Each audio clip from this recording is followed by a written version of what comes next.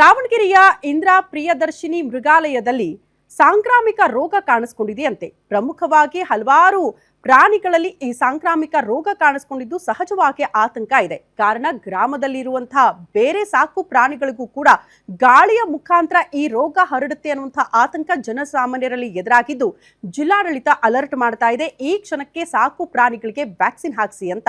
ಹಾಗಾದ್ರೆ ಇನ್ನಿಲ್ಲದಂತೆ ಕಾಡ್ತಾ ಇರುವಂತಹ ಆ ಸಾಂಕ್ರಾಮಿಕ ರೋಗ ಯಾವುದು, ಜಿಲ್ಲಾಡಳಿತ ಕೈಗೊಂಡಿರುವಂತಹ ಕ್ರಮ ಏನು, ಆ ಕುರಿತ ಒಂದು ರಿಪೋರ್ಟ್ ಇಲ್ಲಿದೆ ನೋಡಿ.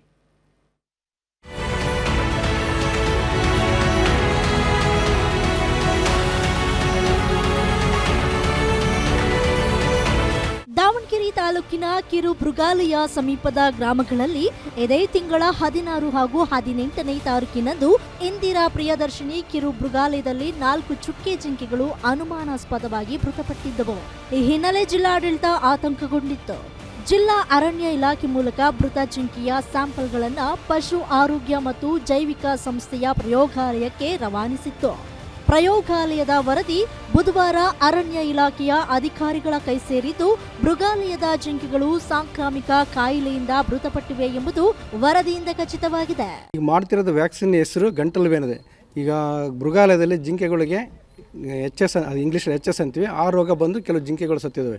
ಸುತ್ತ ರಿಂಗ್ ವ್ಯಾಕ್ಸಿನ್ ಅಂತ ಮಾಡ್ತೀವಿ. ಸುತ್ತ ಯಾವ್ಯಾವ ಹಳ್ಳಿಗಳಿದಾವೆ, ಹಳ್ಳಿಗೆ ಸಂಬಂಧಪಟ್ಟ ರಿಂಗ್ ವ್ಯಾಕ್ಸಿನ್ ಅಂತ. ಇವತ್ತು ಹಾಲ್ವರ್ತಿ ವ್ಯಾಕ್ಸಿನ್ ಮಾಡಿದ್ವಿ. ಇಲ್ಲಿ ಸುಮಾರು ಒಂದು 315-20ಕ್ಕೆ ವ್ಯಾಕ್ಸಿನ್ ಮಾಡಿದ್ವಿ.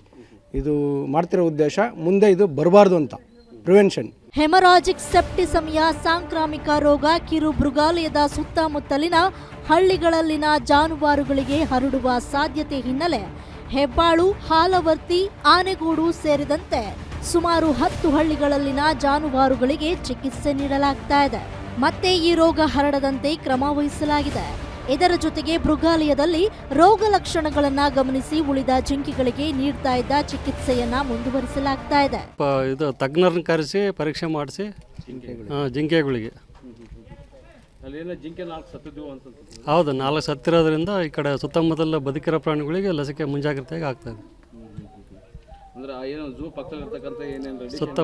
ಸುತ್ತಮುತ್ತ 5 ಕಿಲೋಮೀಟರ್ ಸುತ್ತಮುತ್ತ ಇರೋ ಪ್ರಾಣಿಗಳಿಗೆ ಎಲ್ಲವಕ್ಕೂ ಆಗ್ತದೆ. ಒಟ್ಟಾರೆ ಜಿಂಕೆಗಳ ಸಾವಿಗೆ ಕಾರಣ ತಿಳಿದು ಬಂದಿದ್ದು ಡೆಡ್ಲಿ ಡಿಸೀಸ್ ಹರಡದಂತೆ ಜಿಲ್ಲಾಧಿಕಾರಿಗಳು ಮುನ್ನೆಚ್ಚರಿಕೆ ವಹಿಸಿದ್ದಾರೆ. Mallikarjuna Kaidale, guarantee news, Davanagere.